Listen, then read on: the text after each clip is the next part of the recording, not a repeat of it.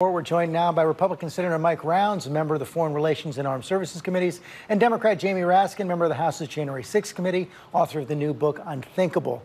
And Senator Rounds, let me begin with you. I want to get to the fallout of January 6th, but let me begin with my interview with Secretary of State Antony Blinken and this showdown with Russia over Ukraine. Are you confident that the Biden administration is doing what it needs to do to prevent Russia from going in?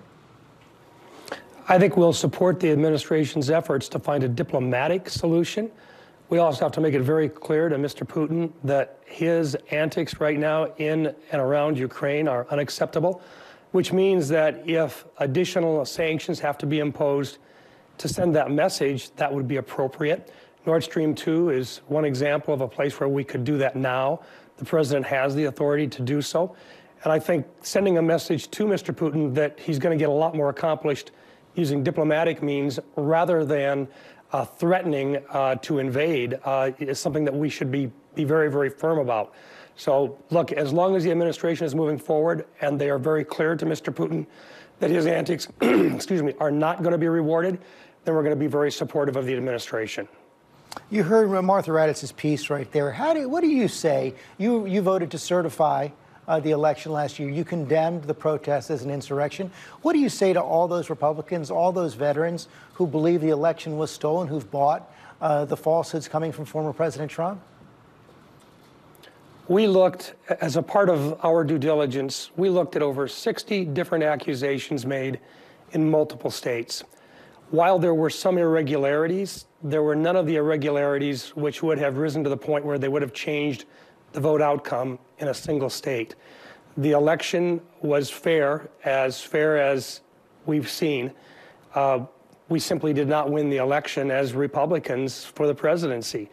And moving forward, and that's the way we want to look at this, moving forward, we have to refocus once again on what it's going to take to win the presidency.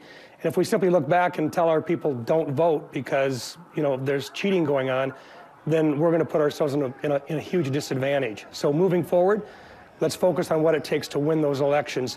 We can do that, but we have to let people know that they can believe and they can have confidence that those elections are fair, and that is in every single state that we looked at. One of the big questions is going to be whether President Trump can run in the next election. You voted to acquit him in the impeachment trial last year, but you also said he could be prosecuted criminally. And our next guest, Congressman Raskin, has said that Congress could pass a law preventing former President Trump from running again, citing the provision of the 14th Amendment, which prohibits anyone who betrayed their oath by supporting an insurrection from holding state or federal office. He calls it a live possibility. Do you think it is? Well, let me just share with you my thoughts on the issue in general. Every single individual in the United States is subject to the court systems. What happens with a president is that he has the shield of office, which in many cases prohibits or limits the ability of the courts to address issues surrounding that. What an impeachment does is take away that shield. President Trump was no longer president at the time that occurred. The courts are the appropriate place where those questions should be answered. This is not going to be up to members of the United States Senate or the House, in my opinion. I think this is an issue which the courts can decide, and most certainly if there's evidence there, this is going to be up to the Justice Department to bring it forward and to move with it. But once again, every single person has protections under that system. The former president has protections under that system as well. But this is something that should be decided in the courts. And I don't think it's something that we should be legislating on right now. So just to be clear then, if the Department of Justice comes forward with evidence that President Trump was indeed complicit, more evidence that President Trump was complicit, you'd support prosecution?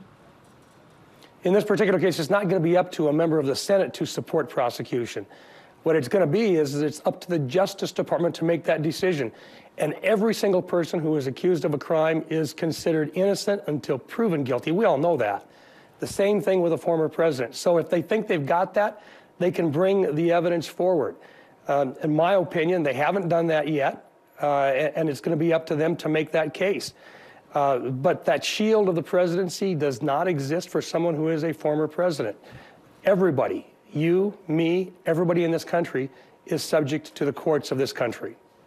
Separately, could you support President Trump if he runs again? I'm sorry? Could you support President Trump if he runs again? I'll take a hard look at it. Personally, what I've told people is I'm going to support the Republican nominee to be president. I'm not sure that the eventual nominee has even shown up yet. There's still over 2 years to go. We're going to focus on the next election cycle. It's critical that we take back the House. It's critical that we take back the United States Senate. And based upon that, then we'll decide who our nominee for president is going to be. Senator Johnson, thanks for your time this morning. Hi, everyone. George Stephanopoulos here. Thanks for checking out the ABC News YouTube channel. If you'd like to get more videos, show highlights, and watch live event coverage, click on the right over here to subscribe to our channel. And don't forget to download the ABC News app for breaking news alerts. Thanks for watching.